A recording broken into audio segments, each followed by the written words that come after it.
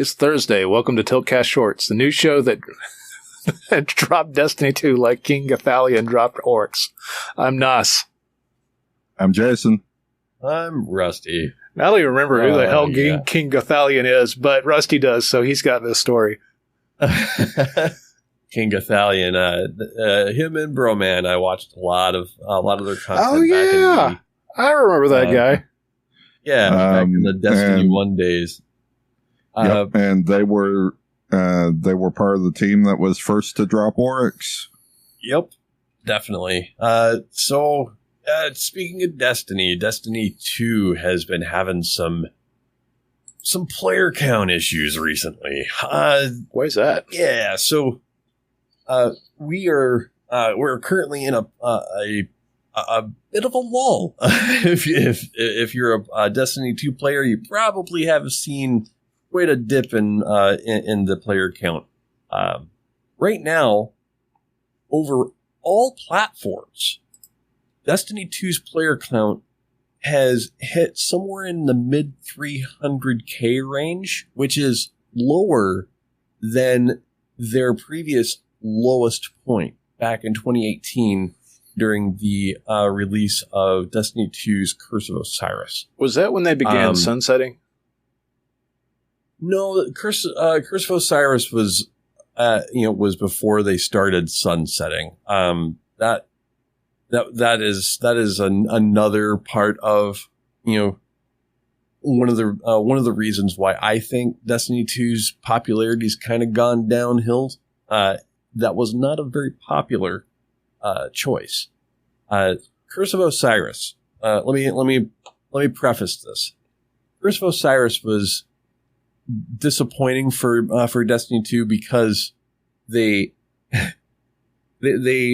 said this expansion that they put out, Curse of Osiris, it was a very small map with very little to do, in it, and there was just it was not an expansion. It was more of like a DLC map that they build as an expansion, and it was really, really disappointing.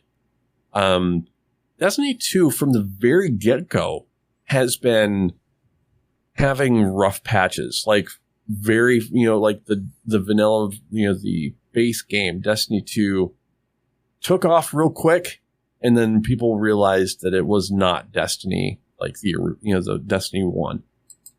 So I feel like, we played Destiny's been out like more than 10 years at this point.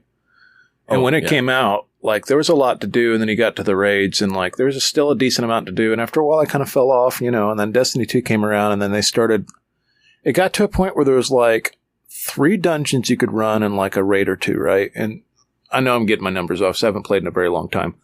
But it was extremely content light.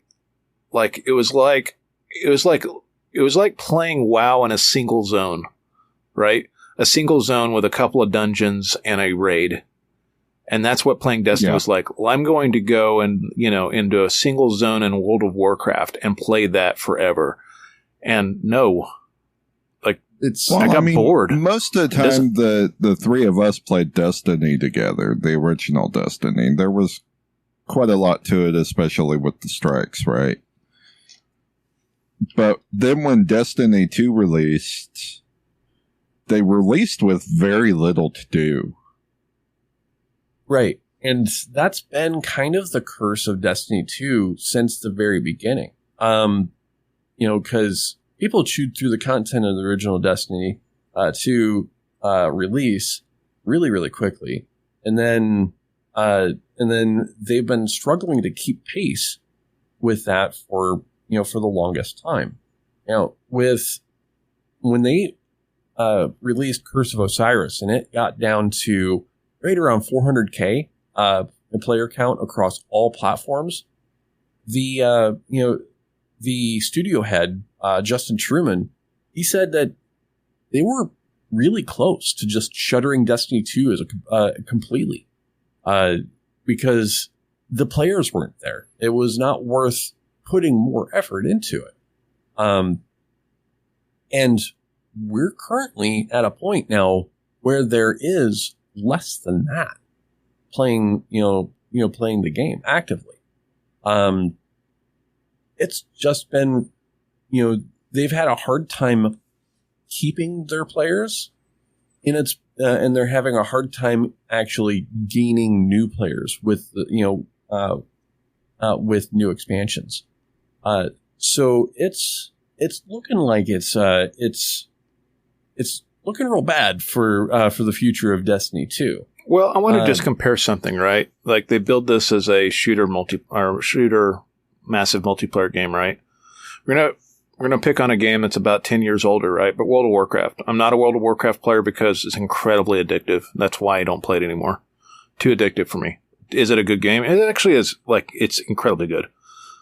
I would still probably play it, but like I can't do that anymore. So it's too much like crack cocaine for me. But the original WoW launched with 20 dungeons, right? And right now there are over 115 dungeons in World of Warcraft, right? That's a lot of content. Yeah. For raids, there are 50 raids in World of Warcraft. There are currently 14 strikes in Destiny. 14. And 14. They had more. And we're talking like over 10 years later, there are 14 strikes. They had more. That's the thing. They had the content. They got rid of it. They sunset it. And I don't understand why. I don't get why they did that. Because all of the games that I've played that are kind of like this, they repurpose their old content. Right. So, for instance, you say World of Warcraft. I'm going to go with Final Fantasy 14. Every single dungeon in Final Fantasy 14 is relevant, even at maximum level. Because in World of Warcraft, they also did heroic dungeons. I don't know what they're doing now, but they were like, yeah, we want to make sure that this stuff still gives you something to do. Right. Remember, you would it was called pugging, right? But you'd pug for heroic dungeons, right? And you might go run heroics that afternoon for gear or for whatever resource you needed, whatever, right? But that was something fun to do. You could do that, and Destiny was set up in such a way that everything was it basically level skilled for you anyway, and the strikes are just a scenario that you play through. So everything was already level appropriate. They had the framework there. The only thing that was kind of out of whack was where it was in the story, which they could have fixed easily. But they decided to sunset it, which in my opinion was not the start of the downfall, because it had already been going downhill. No, but it was the point where like that pistol that was so good is now just a piece of shit. So right, when they say, "Oh well, we're going to make you refarm for your favorite gun," because we arbitrarily said, "Hey, we're gonna raise the level cap," and now all of the guns that you really like, you can't keep them because they're not going to be relevant in this period of time that they choose. And it felt very arbitrary. It felt forced. Maybe one of the worst decisions in a live service game ever. It's a popular live service game. In my opinion, it was. It was what got me to stop playing. Because I was playing Destiny 2 a lot. Yeah, for those of you guys that have just started listening or following us, the Rusty played a lot of, 3 live service games, right? Final Fantasy 14, Warframe, and Destiny. Pretty religiously. I would say you have well over 1,000 hours in each of those titles. Oh, easily. So, just in Destiny 2, I have 762 hours just in that game. And I stopped years ago. haven't played Destiny 2 in a long time. I have over 1,000 hours in Warframe alone. So yeah, I like good games like that, look like that, but I will move away from them when I see something that I don't like. And Destiny 2's sunsetting, I think, was the nail in the coffin for me. Now, what can Destiny, or what can Bungie do? What can they do as a company to come back from this? And I think, honestly, that they might not be able to, not with Destiny 2. I think that, going forward, they would have to either iterate on Destiny, so Destiny 3, for instance, or they would need to, take a page out of, Blizzard's book and re-release the content that, that they sunset. Do something like a Destiny 2 Classic or something like that, where you can go through and, and experience the entire story of Destiny 2 and not just the current timeline.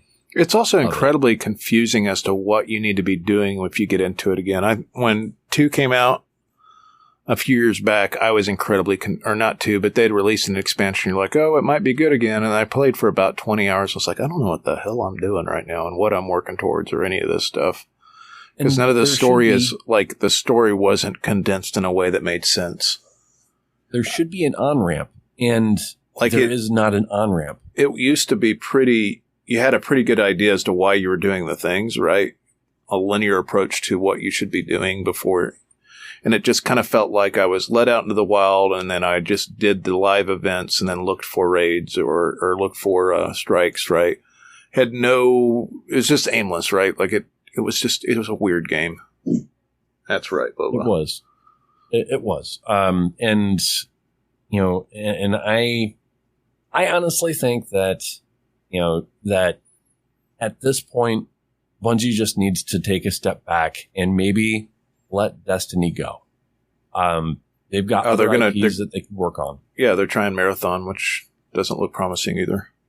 No, it does not look promising, but maybe they put, some effort into it, or they go back to the drawing board and be like, look, for now, because they already have that content somewhere, they be able to put together the Destiny 2 Classic or a Destiny 2 collection and let people go through the entire story of Destiny 2.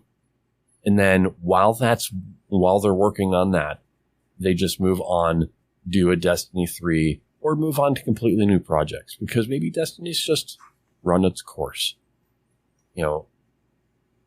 Sad to say, but games happen, games die like that, all the time. And this might be the time. Well, I don't really have anything else to add to that. Okay. Because I happen to agree. So, what do you guys think? What's your thoughts on Destiny? Are you still playing it, or are you glad to see it go? If you want to find more about us, though, you can find full episodes of the Tiltcast at tiltcast.com. You got iTunes and Spotify. And, of course, you can find us on youtube.com/Tiltcast Shorts. Tiltcast Shorts with a Z. Come back Saturday. You'll hear some more news. We'll catch you guys.